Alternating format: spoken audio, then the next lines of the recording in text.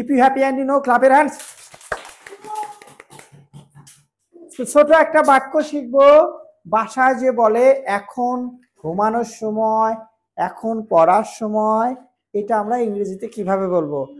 It's time to read. এরপরে যে কাজ করার সময় সেটা বলবো, যেমন এখন পড়ার সময় ইটস টাইম টু রিড। এখন ঘুমানোর সময়,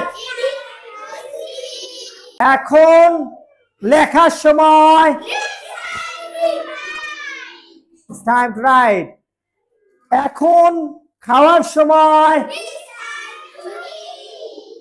এখন পান করার সময়, এখন দৌড়ানোর সময়।